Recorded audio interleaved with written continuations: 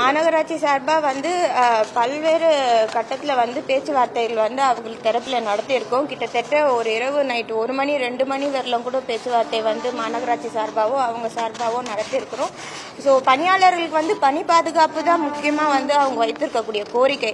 அதை மாநகராட்சி சார்பாக முற்றிலுமாக அந்த பணி பாதுகாப்பு வழங்கப்படும் அப்படின்றத தெரிவித்துக்கிறேன்.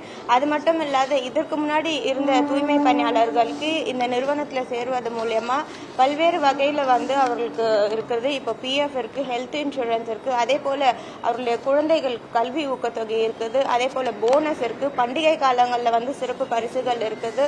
இந்த மாதிரி பல்வேறு வகையில் அவர்களுக்கு பெனிஃபிட்ஸ் அதிகமாக இருக்கக்கூடிய வகையில தான் நம்ம செயல்பட்டு வருகிறது தெரிவித்துக்கிறோம்.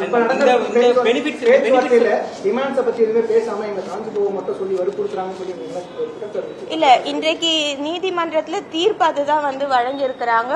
ஆர்ப்பாட்டம் நடக்கிறது அப்படின்னாலே ரூல்ஸ் சில திங்ஸ் கிரைட்டீரியா இருக்கு. ரூல்ஸ் ஃபாலோ பண்ணி தான் எந்த ஒரு பகுதியிலுமே ஆர்ப்பாட்டம் மேற்கொள்வார்கள்.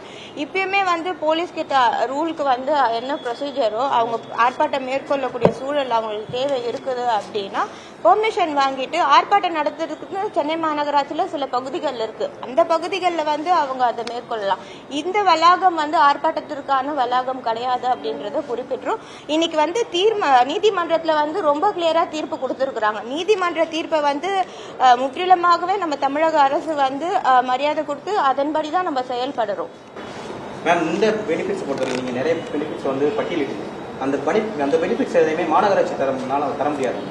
இல்ல, இதற்கு முன்ன இந்த பெனிஃபிட்ஸ்ல ஒரு சில கேட்டகரி தான் அந்த தூய்மை பணியாளர்கள் வழங்கப்பட்டிருந்து. இன்றைக்கு ஒரு ஸ்ட்ரக்சர்டா ஒரு ஆர்கனைஸ்டா அவங்களுக்கு கம்ப்ளீட்டா சேஃபா இருக்கக்கூடிய ஒரு ஒர்க் ஸ்ட்ரக்சர் தான் நம்ம கொடுக்கிறோம். ஸோ அதனால தூய்மை பணியாளர்கள் நம்பிக்கையா மாநகராட்சியில வரலாம்.